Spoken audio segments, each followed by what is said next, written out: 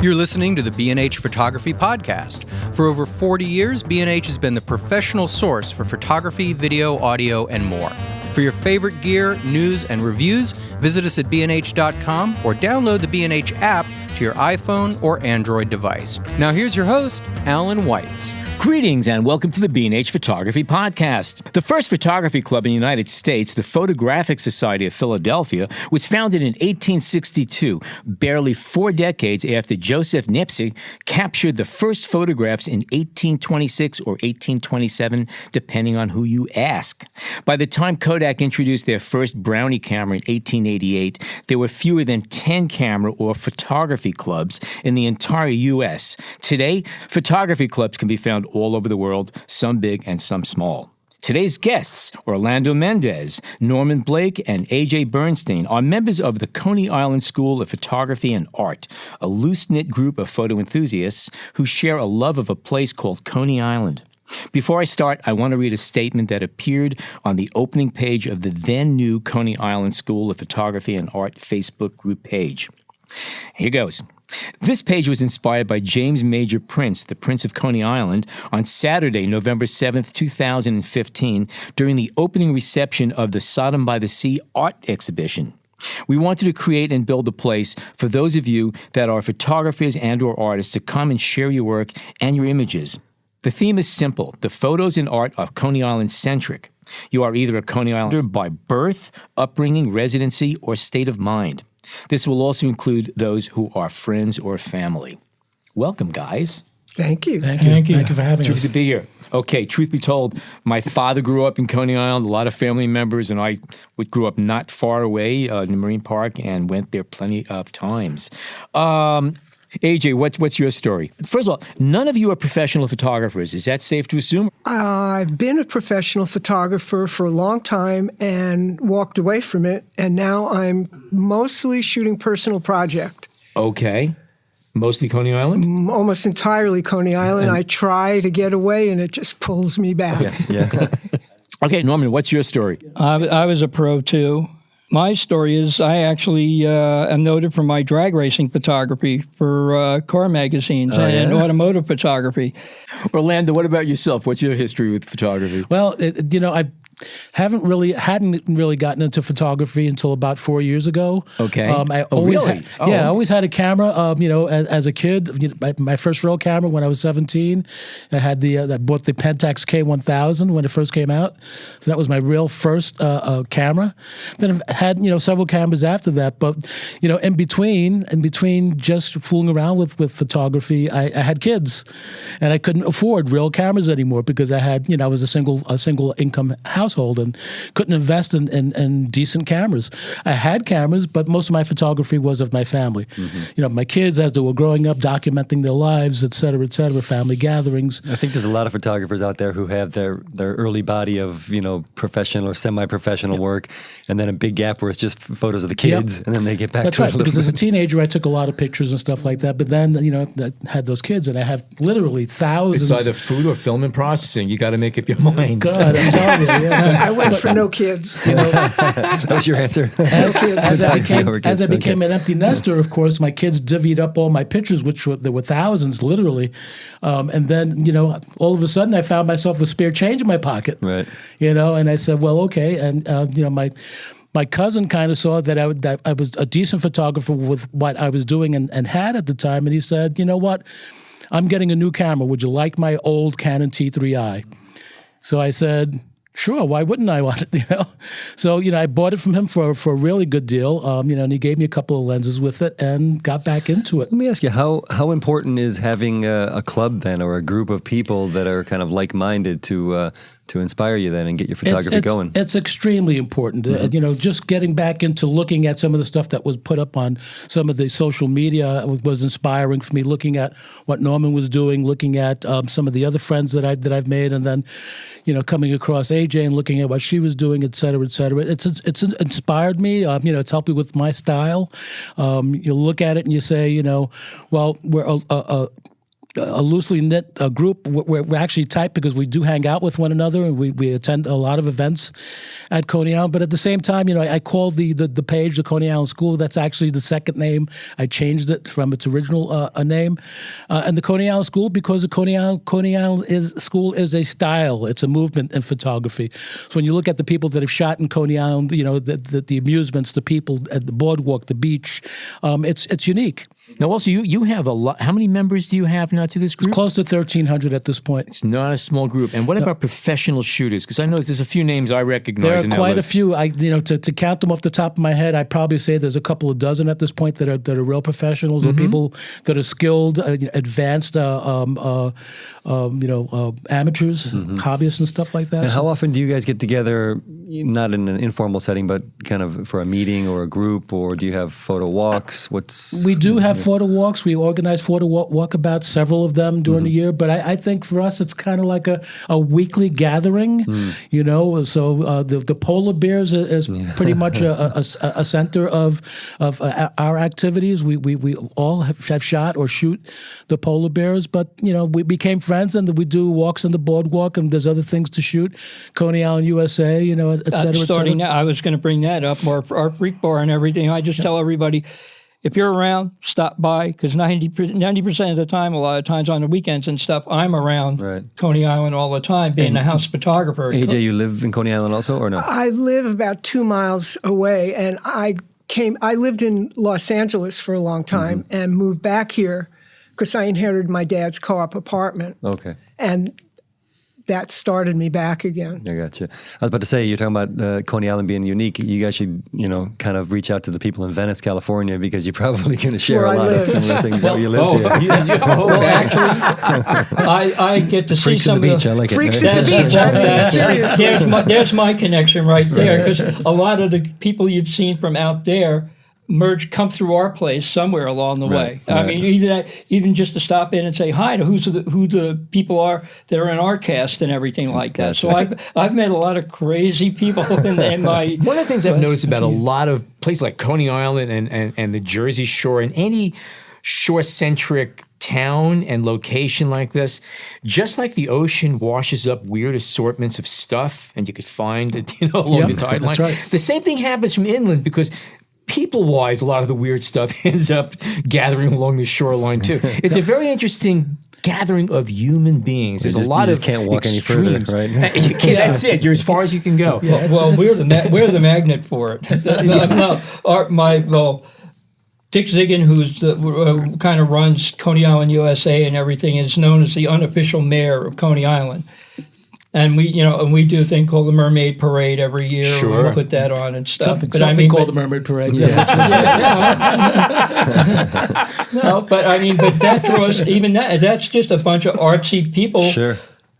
And a ton of photographers. Which has become a huge event at this point. When you look at it, its origins and what it is today, it's completely different. But by the way, it seems to me that a lot of what I would thought would be landmark buildings are gone now. Gone. All gone. As we speak. Yeah, there's not speak. very much standing of what I remember even from, I again, 40, 50 years ago when I was a kid going there, and already then it was old. Right.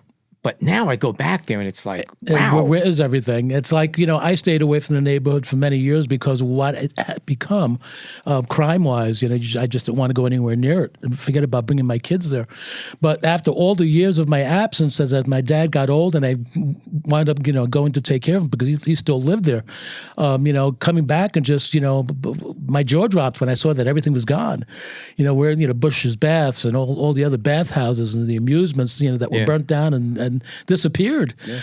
So, as a kid, I never really photo documented those historic structures that are long gone at this point. And you can't go onto the boardwalk anymore. That's right. You can't go to the boardwalk. That's right. That's where I spent my formative years. I'm serious. Sneaking out of Lincoln High School and going under the boardwalk.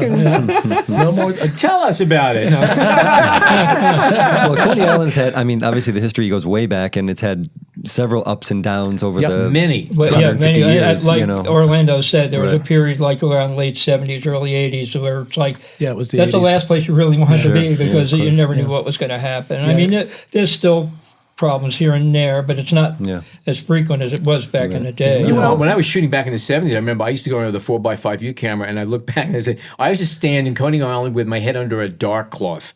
In the 70s. That's pretty smart. But I survived. So the 70s wasn't so terrible. It was when we got into the 80s that the poop, really hit the fan. And I wound up leaving in October of '88 with my 2-year-old daughter to Bensonhurst. And kind of a depressing part of my life, because living by the ocean is a unique life. And if you've ever went to bed in an oceanfront community, you hear the waves crashing up on the beach and the buoys, the bells on the old buoys, because those buoys are gone. Oh, There's no more bells on those buoys now.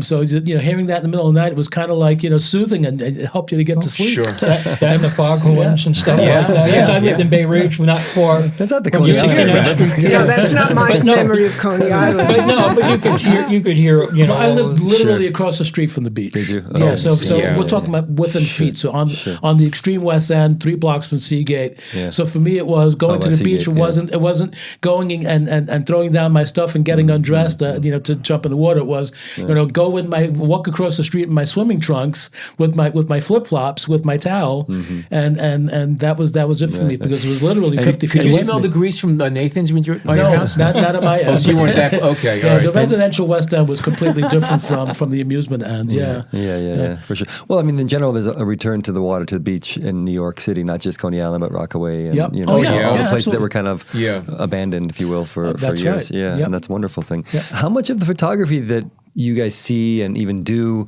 is kind of related to this idea of the history of Coney Island, or comparing what it used to be to what it is now, or the ruins and things like that? So that's a pre-conversation that we had coming here, because what we're actually doing as photocentric or Coney Island regular photographers is documenting the contemporary history of Coney Island, which is soon to disappear. So most people don't know that the unique culture that is in Coney Island, the amusement zone, and everything else, the way Coney Island looks and feels today, is about to disappear in the next couple of years. Just this past week or two, we lost another major structure on the boardwalk. It's still under demolition. That's the Grasshorn building. That's the oldest surviving structure in Coney Island, which is about to disappear. That is correct. Yep. It's more than the old that's being lost. It's what's coming in is going to completely change the nature of Coney Island, and why I've been drawn there. Because they're putting in these hugely dense complexes that are being touted as luxury. Mm-hmm. And that the small businesses, the really funky little nature of Coney Island is not going to be there anymore. Right. I was attracted to it because it's not homogenous. There's no Starbucks, there are no chain stores, and they'll come. Yeah. Once there's that much of an interest in that kind of thing. Yeah. There's also something beautiful about storefronts that are done with fat brushes and no straight lines. Literally, every single storefront is a fresh canvas, is actually a work of art. It's bizarre kind of stuff. It's one of a kind. It's unique and totally unrelated to its neighbors. You get a hodgepodge.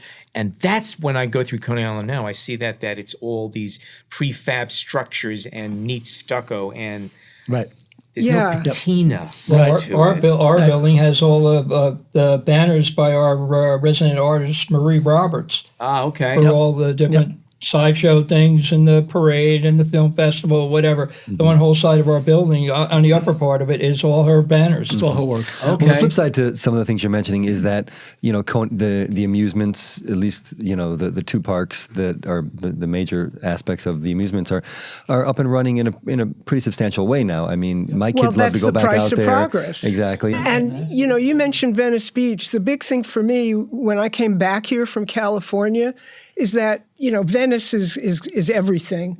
But Southern California Beach, they all basically look like they're auditioning for Baywatch. Mm-hmm. I mean, it's really. Not on Coney Island? No.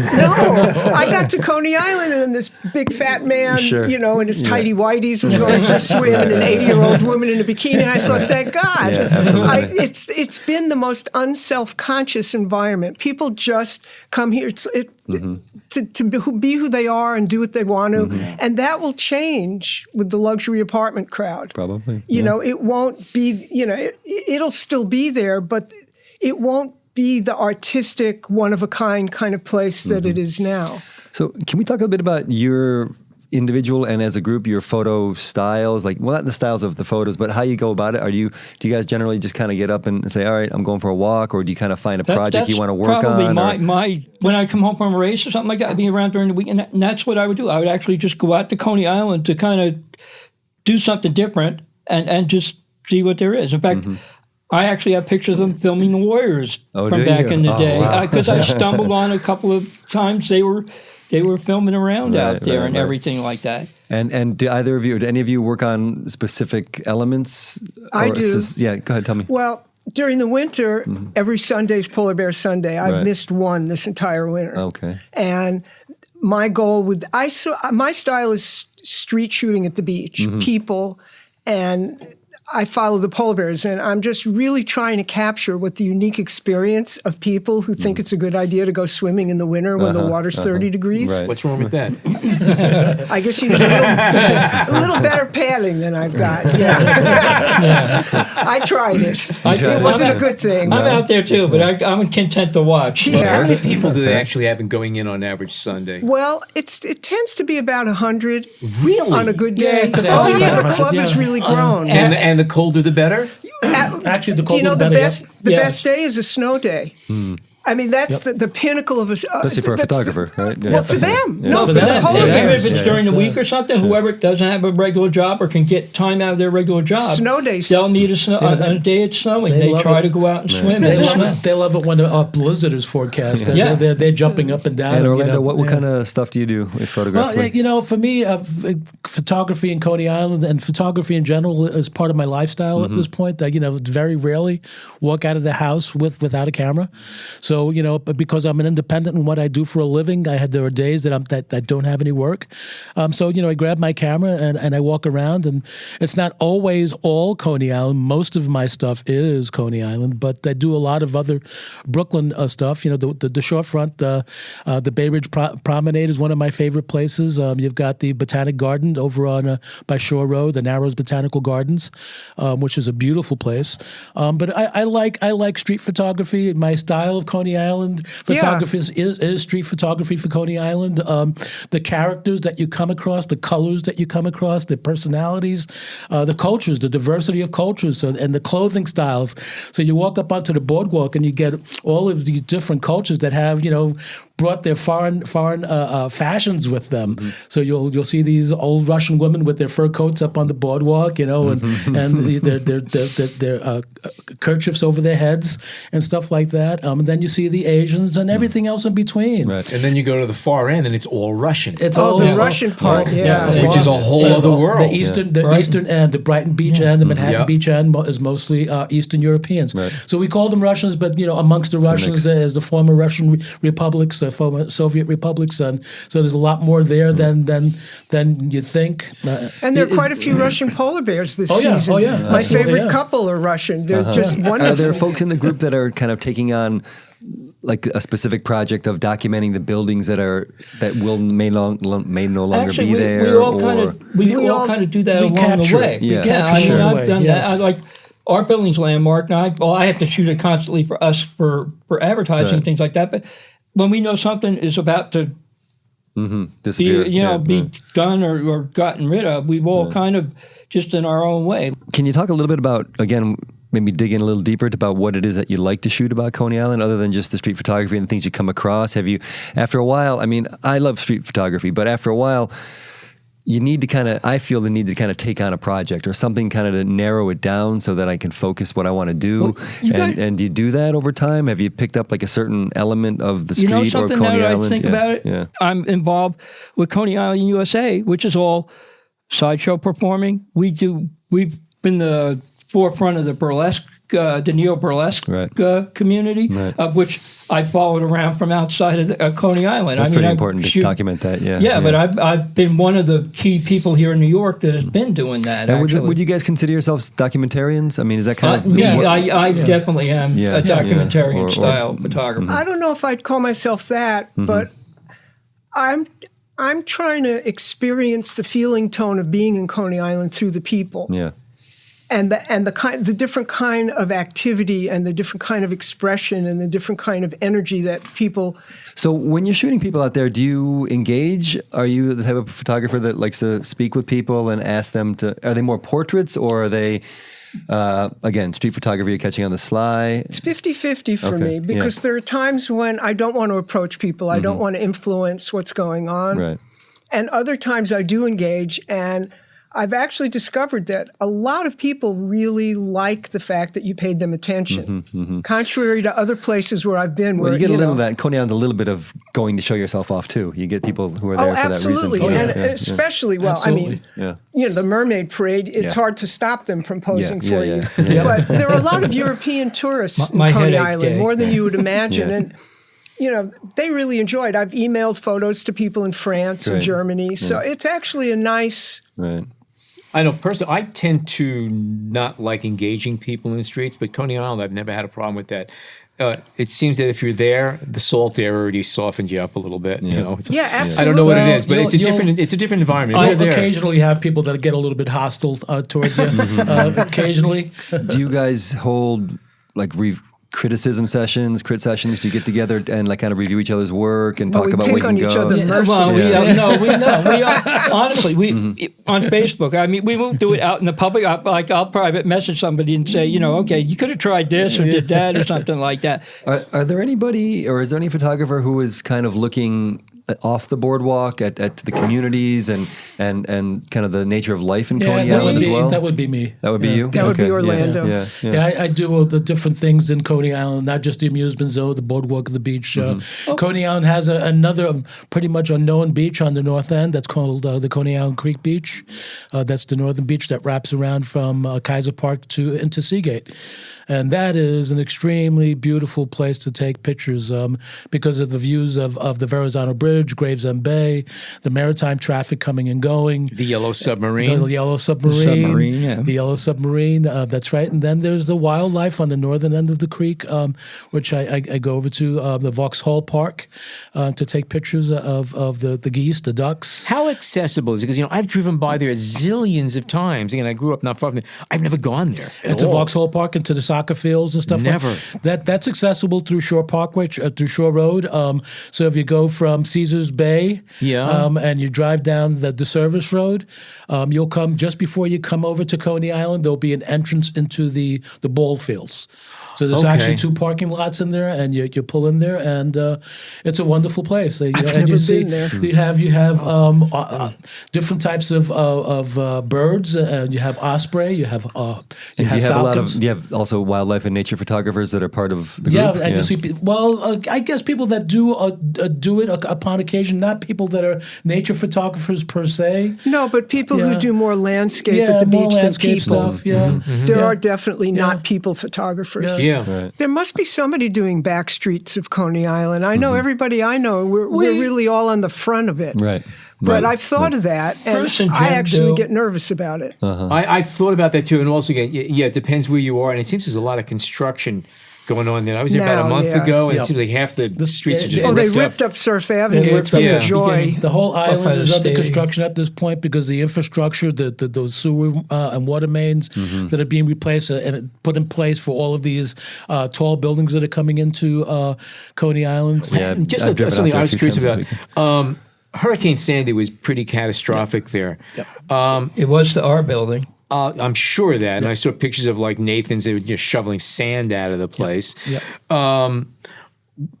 Is it pretty much recovered at this point, and how has it changed? I know, like never really recovered 100%. No. Okay. No. In what way? The amount of dollars that were really needed to fix up some of the things that were damaged, some of the damage that went unrepaired is still there. So you look at some of the community spaces in Coney Island, some of the community centers that had significant damage, mold damage, and stuff that spaces they couldn't go back in because of the mold that was never corrected. You look at some of the retail crawl spaces that were never repaired on Mermaid Avenue. It took literally years after. I mean, there were immediately following Sandy. I wasn't there for the event. I actually evacuated my dad from his apartment and brought him back to the Poconos where I lived for a couple of years. He was pretty hard-headed about it, didn't want to leave. But anyway, I came back 2 weeks later to look at the damage and the sand and the lines of people, with the Red Cross and all the other the food trucks that were coming up to feed the people. And was that documented by someone in your group? I did. Many people, I imagine. I have some photographs of the damage afterwards. That I did take. It was a depressing scene. What about archiving the material? Like, I mean, is everybody kind of on their own, doing their own storage and taking care of it? Yeah, because one pretty day, much. I mean, I imagine it would be well worth it to at least get a handful of people together and put together some kind of archive or document. Good luck with my drives. Yeah, well, my film. Like I said, I was just telling them I'm going to finally I don't have my real job to worry about right now. I may go back and finally start scanning. I've got stuff from the 70s and that. The only reason I scan my Warriors stuff and everything, I remembered off the top of my head. I have stuff I probably haven't looked at for 20, 30 years. Imagine. We all do. I also think we're all kind of loners there in a way. Not loners, but not groupthink people. So I think all the photographers, we get together. There's a commonality to the experience.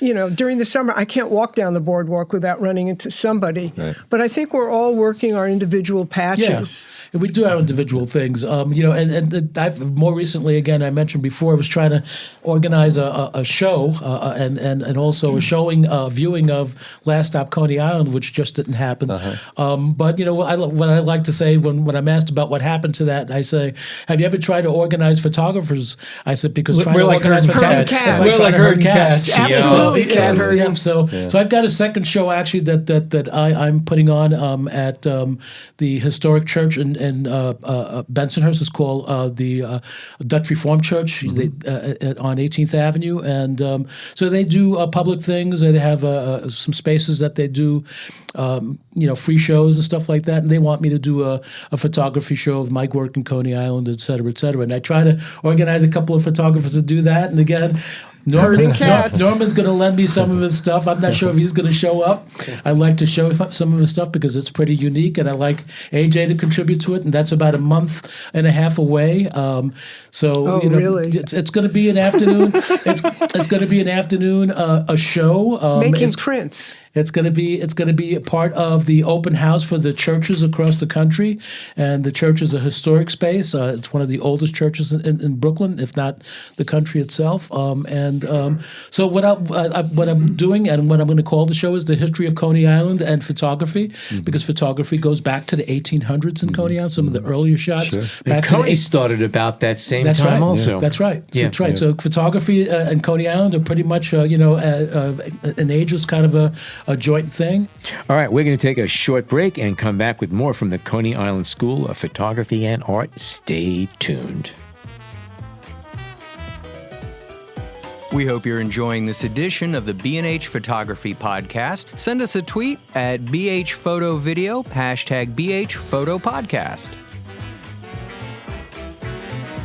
All right, we are back. Let's talk about gear. What kind of cameras, lenses are you guys using? Well, I have Nikon equipment. The digital cameras I have right now is a D300, a D300S, and two D7100s, which I actually use now. And everything from a 10.5 fisheye up to a 70 to 200 2.8. What lens do you tend to use the most? What's your go-to lens? My go-to lens, unlike these guys from walking around, I go with my 70 to 200, walking around a lot. Okay. That's what they bust on me all the time because I've got crap hanging around. You want to card all that stuff? But it's a 70 to 200 and my 24 to 70. Okay. That's like a two-lens setup. Yeah, you got everything covered. Sure. And that's it, yeah. But some of the stuff that he's done with his Tokina wide-angle lens is pretty unique stuff. I have the 11 to 20 Tokina 2.8. Okay, so it's a wide zoom. And then I have the 10.5 fisheye, which I love, because the crop bodies, all the bodies I have are crop. Well, I'm almost embarrassed to talk about my equipment, but I started with the iPhone, and then I went from there to the It's little all Canon too heavy. Yeah, point and shoot. And then I graduated to a Canon EOS 760D and crop sensor. Right. And my lens, I'm using the kit lens. I'm using the 18 to 135 because I'm either, when I'm on the beach with the polar bears, everything's happening in a nanosecond. You don't have a lot of time. Sure. They march to the sea and then they go in the sea and I'm either at 18 or at 135, occasionally sort of between Somewhere 35 and 50. So as I'm shopping right now, I want full frame sensor. I'm not sure if I want mirrorless or want to stick with DSLR, but I know what am I going to do for lens, because not all the lenses give me that kind of range. Do you ever consider one of the tough cameras, one of the point and shoot tough cameras that you can take in the water with you? I drop in have the got sand, an stuff Olympus like that? TG5 and I'm significantly disappointed with it. Oh, interesting. Really? Okay. It is only, I believe, 11 or 12 megapixels, and it doesn't have the kind of control I'm used to. I like to shoot an aperture priority. That's just me, and take it from there. You can't do that. You have to. I finally learned how you can change your ISO on it, and that's about as much control, And the thing I love about it is the fisheye lens. It's a add-on lens that's remarkable.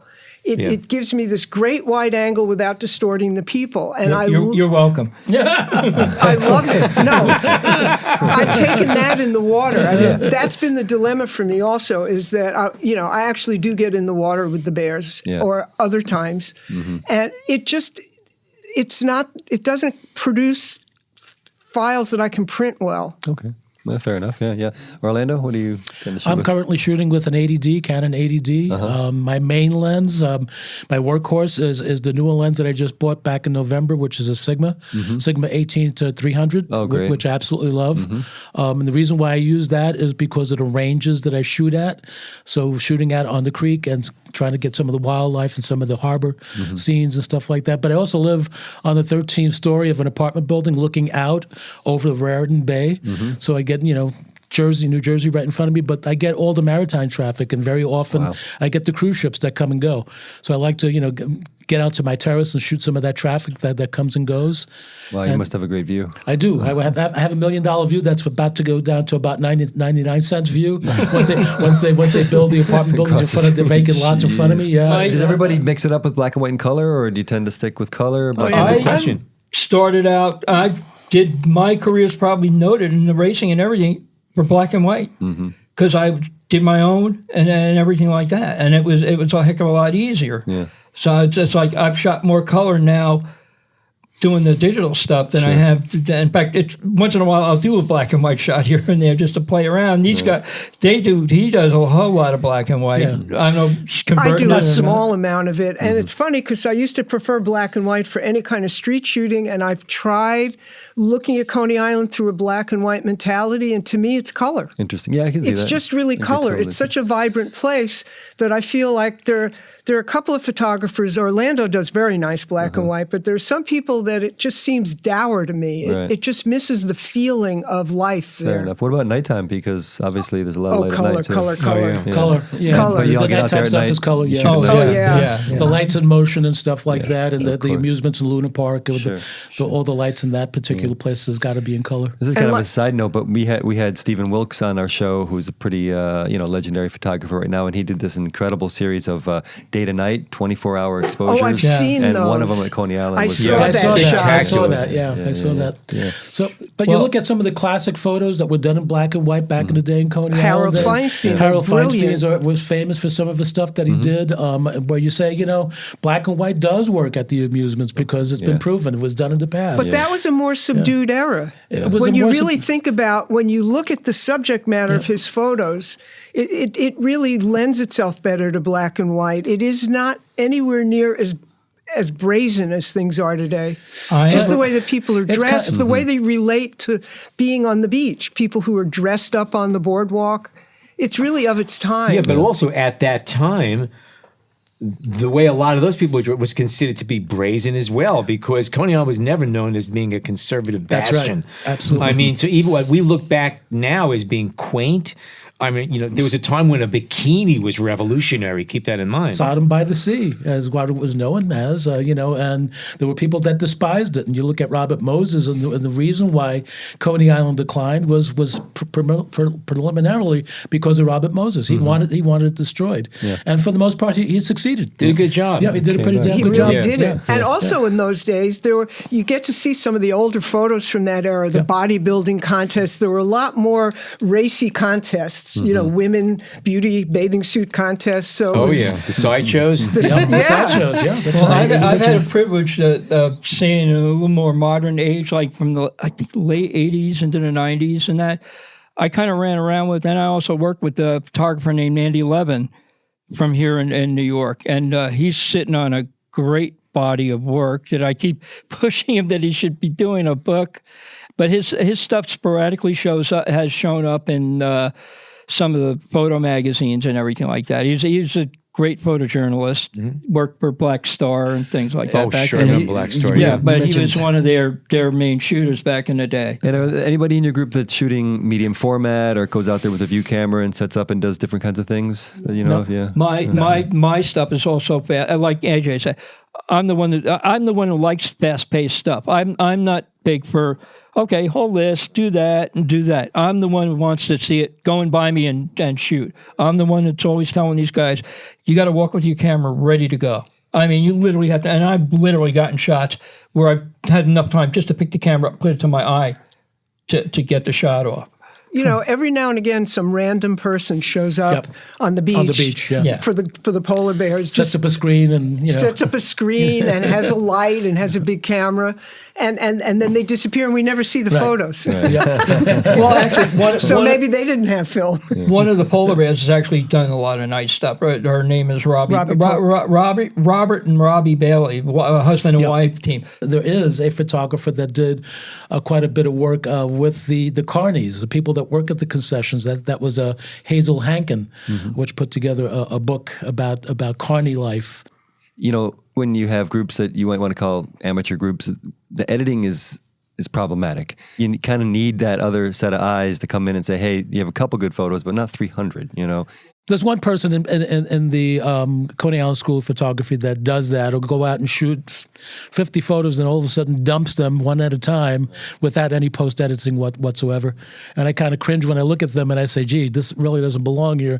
If you're proud of your stuff, take a look at it, work on it before you put it out there for people to look at, because it's just going to say... Bottom line is you can only wear 2 socks at a time. Don't put on 15. Well, not only that, I'm not going to look through 320 photos. And I really like to see, you asked earlier if people criticize each other, and in fact, we're all pretty supportive, I think. Well, I mean, criticism can be very positive too. Well, but there's good, but constructive we all criticism is great. take But that's interest what we in do each within a other's group. work. Right. And when you dump 320 photos, I've tried. I can't look through them all. No. So That's it not discourages anybody from getting interested. It in also it. weakens your work. It Very weakens much the work, so. absolutely. You're commoditizing your work when you put it out there in that format. Yep. I try not to put more than 4, 5, 6 pictures out in an album. Oh, I do I'll more call than that an that. album.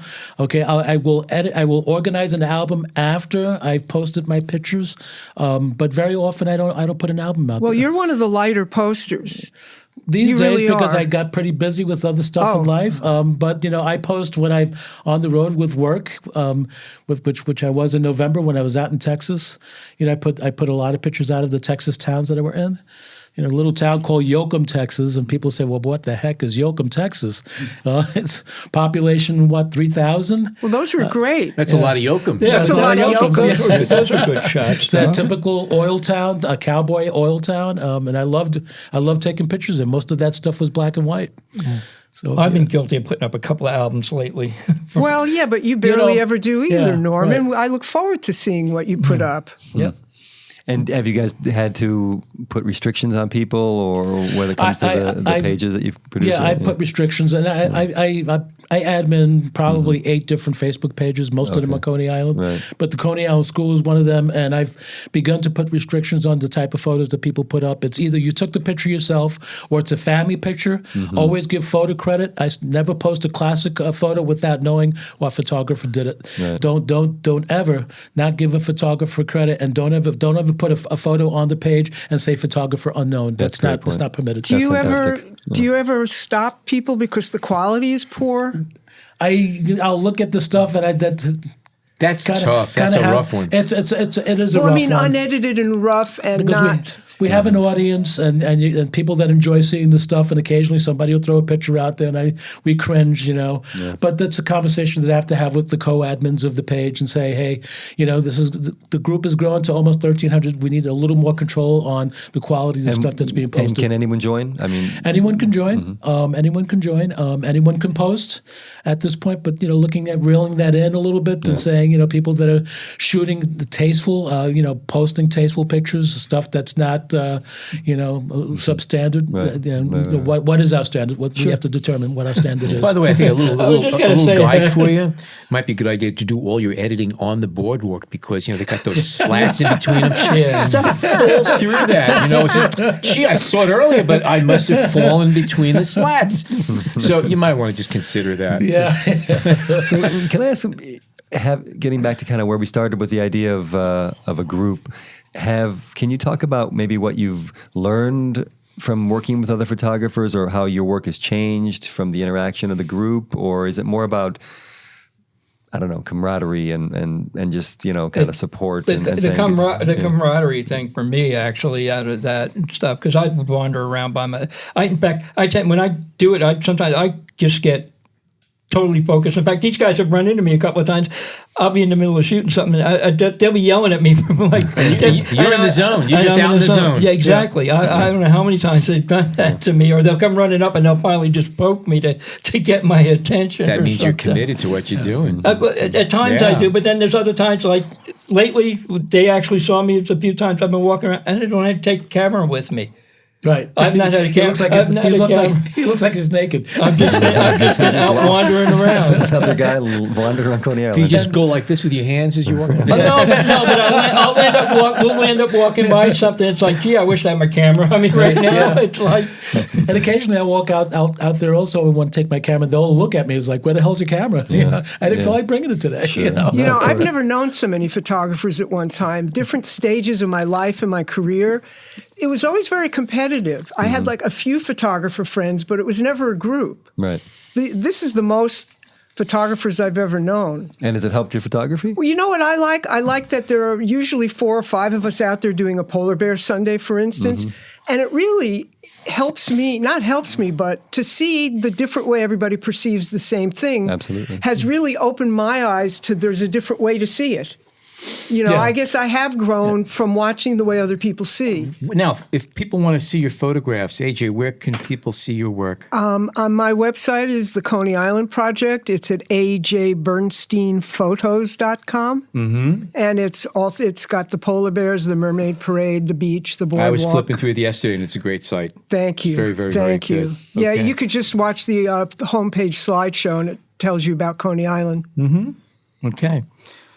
Norm. Well, my stuff, basically, I don't really have a website, but I have a Flickr page. I think, pretty sure it's still under my name, Norman Blake. My Facebook page is Norman Blake. And then if you follow anything that Coney Island USA kind of sponsors on Facebook and everything like that, are a lot of the photos within that is all mine through the Coney Island USA organization. And you also and the Mermaid Parade, a lot of the Mermaid Parade stuff online is mine because I'm basically, quote unquote, the official photographer for the parade. Yeah. And you also post stuff to the paparazzi page as well. Yeah, I mean, I'm around all the basic Coney Island pages I contribute to. Yep. And Orlando, what about you? So most of my stuff, the Coney Island stuff that I shoot goes on to the Coney Island School Facebook page. I do have a personal photography page. It's called Photographs by Orlando Mendez. Most of my other stuff that I do outside of Coney Island gets posted there. So my Bensonhurst photos, my stuff that I do along the waterfront, the stuff that I do when I travel gets posted on that page itself. Okay. Want to thank each of you for being here today. And I think one of the nice takeaways is that photography is not only about high-end paying jobs. It's about going out and having fun with the camera and enjoying Absolutely. the art of photography. Absolutely. Yep. Oh, without question. It's therapeutic. My whole thing has just been the love of it, because I've had a camera in my hand since I'm 8 years old, and I'm 64 now. Cool. Great. That's Most it. of his life. That's it. That's what it's Keeps you about. young. That's right. Now, as strange as it may seem, there are still a few listeners out there who are not subscribers to our show. If you or somebody dear to you is not a subscriber to the B&H Photography Podcast, send them over to Apple Podcasts, Google Podcasts, Stitcher, Overcast, or Spotify and sign up. It's cost-free, guilt-free, and gluten-free. How can you go wrong? And do keep in mind, you can always find us on the B&H Explorer website and the B&H Photography Podcast Facebook group page, which is growing every day. And tell them Al sent you. For now, on behalf of Jason, John, and myself, thank you so much for tuning in today.